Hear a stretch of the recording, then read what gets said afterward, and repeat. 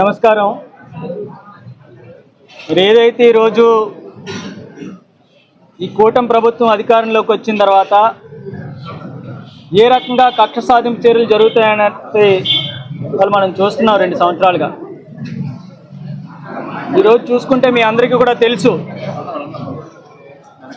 ఇక్కడ ఉన్నటువంటి అమ్మతల్లి ఎస్టేట్స్ అనేటువంటి బిల్డింగ్ 1999లో దీని నిర్మాణం అనేటువంటిది చేయడం జరిగింది. అప్పటి నుంచి కూడా మరి ఇక్కడ ఏదైతే సెల్లార్ కానీ ground floor, first floor, second, third, fourth and pent హౌస్తో పాటు ఈ బిల్డింగ్ ఉండేది. అప్పట్లో కొంతమంది దీని మీద చర్యలు తీసుకోవాలి అని చెప్పి ప్రయత్నించినప్పుడు కూడా ఉన్నటువంటి వాస్తవాలన్నింటినీ వాళ్ళ గౌరవ న్యాయస్థానానికి తెలియజేయడం, మరి అప్పుడు 2002లోనే దీనికి ఒక పర్మనెంట్ ఇంజెక్షన్ కూడా ఇవ్వడం జరిగింది. గతంలో కూడా దీని మీద నేను ఒకసారి మాట్లాడాను. మీరు చూసుకుంటే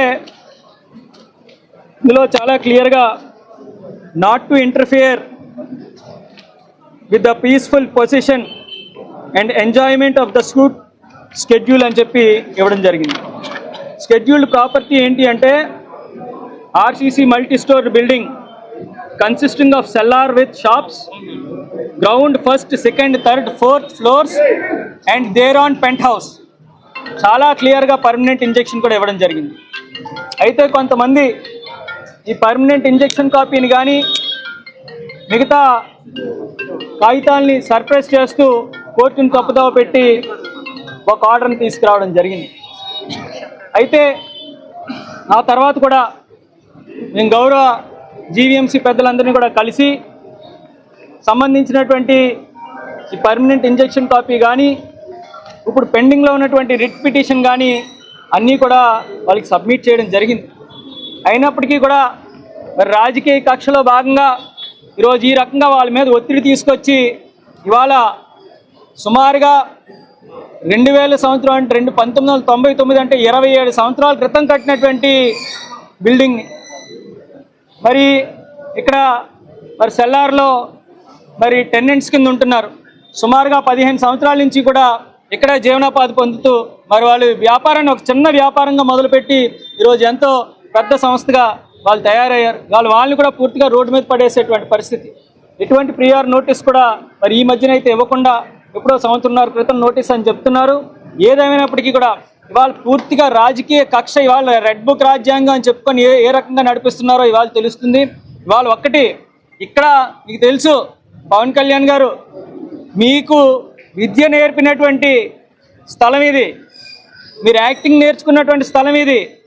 ఇవాళ సత్యానంద్ గారు ఎంతోమంది సినీ ప్రముఖులకి ఇవాళ ప్రభాస్ కానీ, పవన్ కళ్యాణ్ గారు కానీ, మహేష్ బాబు గారు కానీ పెద్ద పెద్ద వాళ్ళందరికీ కూడా యాక్టింగ్ నేర్పినటువంటి మీ గురువు గారు సుమారుగా 25 సంవత్సరాల నుంచి ఎంతోమందికి ఇక్కడే యాక్టింగ్ నేర్పుతున్నటువంటి స్థలాన్ని ఇవాళ ఆయనకు ఉన్నటువంటి 25 సంవత్సరాల నుంచి ఉన్నటువంటి ఆయన స్థావరాన్ని కూడా ఇవాళ తీసేసినటువంటి పరిస్థితులు ఇవాళ చూస్తున్నాం. ఖచ్చితంగా దీని మీద మేము న్యాయబద్ధంగా కూడా పూర్తి స్థాయిలో పోరాటం చేస్తాం. అన్ని రకాలుగా కూడా మేము దీని మీద ఫైట్ చేస్తాం. ఈ కూటమి ప్రభుత్వం అవలంబిస్తున్నటువంటి కక్ష సాధింపు చర్యలు తగ్గించుకోవాలి. రేపు ఖచ్చితంగా మా ప్రభుత్వం అధికారంలోకి వచ్చిన తర్వాత ప్రతి ఒక్కరికి ఇవాళ మా పరిస్థితులే ఉంటే సామాన్యుల పరిస్థితి ఏ రకంగా ఉందన్నది కూడా ఆలోచించాలి. వాళ్ళందరికీ కూడా వాళ్ళ తరపున నిలబడేటువంటి కార్యక్రమం కూడా మేము చేస్తామని చెప్పి తెలియజేసుకుంటూ, మరి ఇవాళ నాకు కష్టం వచ్చింది అని చెప్పగానే మరి వెంటనే ఈ ప్రాంతానికి వచ్చి మరి నాకు సంఘీభావం తెలిపినటువంటి మా నియోజకవర్గం నాయకులకి, అంతకన్నా ముఖ్యంగా మరి విశాఖపట్నం జిల్లా అధ్యక్షులు పెద్దలు అన్నయ్య కేకే రాజు గారికి, అదేవిధంగా మరి పెద్దలు మాజీ శాసనసభ్యులు సీనియర్ నాయకులు వాసుపల్లి గణేష్ కుమార్ గారికి, ఇక్కడికి ఇచ్చేసిన పెద్దలందరికీ కూడా పేరున హృదయపూర్వక ధన్యవాదాలు తెలియజేసుకుంటూ, మీడియా పెద్దలందరికీ కూడా మరొకసారి పేరున హృదయపూర్వక ధన్యవాదాలు తెలియజేసుకుంటాం.